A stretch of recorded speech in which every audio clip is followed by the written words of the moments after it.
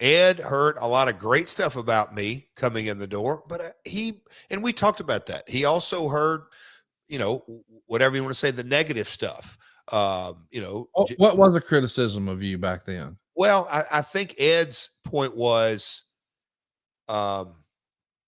Jeff's going to come in and take ownership of things, and he's going to do things.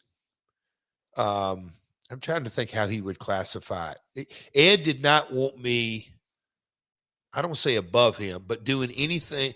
Ed wanted to be in the middle of it because Ed was the keeper of the keys for Anthem's money. So I understood that. But when you deal with talent, yeah, it just goes without saying. An attorney dealing with talent is completely different than a veteran dealing. Me being in the business, it was just a completely different set of circumstances. But Ed wanted to handle the negotiations. Again, he's brand new into the business. I would gather to say he's got a different perspective today. At this point, he's 2 months into owning the company, and he wanted his hands in everything, and rightly so. But he wanted to run point on all the negotiations, and he did.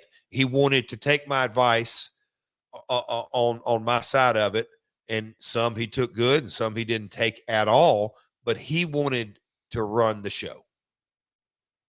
How did that work for you? What was your thinking on that? I mean, I can remember sitting at the kitchen table having a conversation with Karen and saying, he's only going to learn by trial and error. And this could be real painful. And, I was very frustrating when I knew that he was having conversations, not just with the Hardys, with other talent. And he would, I don't want to say use my name, but refer to, maybe not in these words, a Jeff said. Yeah. Well, I was talking to Jeff. That type deal. And I'm like, well, that's not exactly the message. But again, I don't think he was trying to do good cop, bad cop. I think he was new to the industry. And look, my dad gave me this education years ago, and it's one of those ones that at the time you don't understand how valuable it is, but as time goes on, it's everything. In the point that when we'll call it a promoter, because that's how my dad classified it. But whether it's a promoter or a booker, but when you're dealing with talent, it is a unique relationship in that at the end of the day, the talent has to sign up and say, here's my career. I'm putting it in your hands. Right. When you understand that concept, I'm not going to say it should, but if you view it through those lenses, I think Ed Nordholm would have gone, I'm not the guy that the Hardys are going to turn their career over to. It's just not going to happen.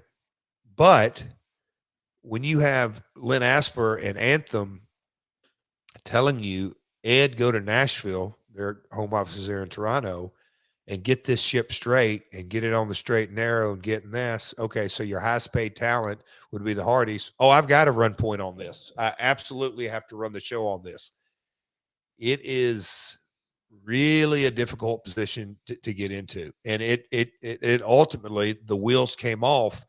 If we would have just been renegotiating their financial terms, Conrad, that would have been difficult because they obviously had WWE in their minds. We were never going to overcome that. But they also had a lot of freedom doing what they were doing. They had independent wrestling going. They had Ring of Honor going. They had the Final Deletion, which was kind of an undercurrent. Hey, we can take this outside of the Impact programming because let's be real, it was on Pop, and yes, Pop gave it its birth and all that. But you could have done that on YouTube, and you could have done different avenues on that. So you weren't dealing with just a tag team, and I never would want to call them just a tag team, but you weren't having a conversation on you weren't even having a creative and financial discussion about a tag team re-upping with a company. It was much broader. Me trying to diplomatically explain to Ed that you are the world's worst person to be in this position because you have no history with either one of those guys. And at the end of the day, you're asking them, hey, re-sign up with us. We're brand new to the game. And hey, put your career in my hands. That was just, it was Conrad, am I making sense of how difficult of a situation it was?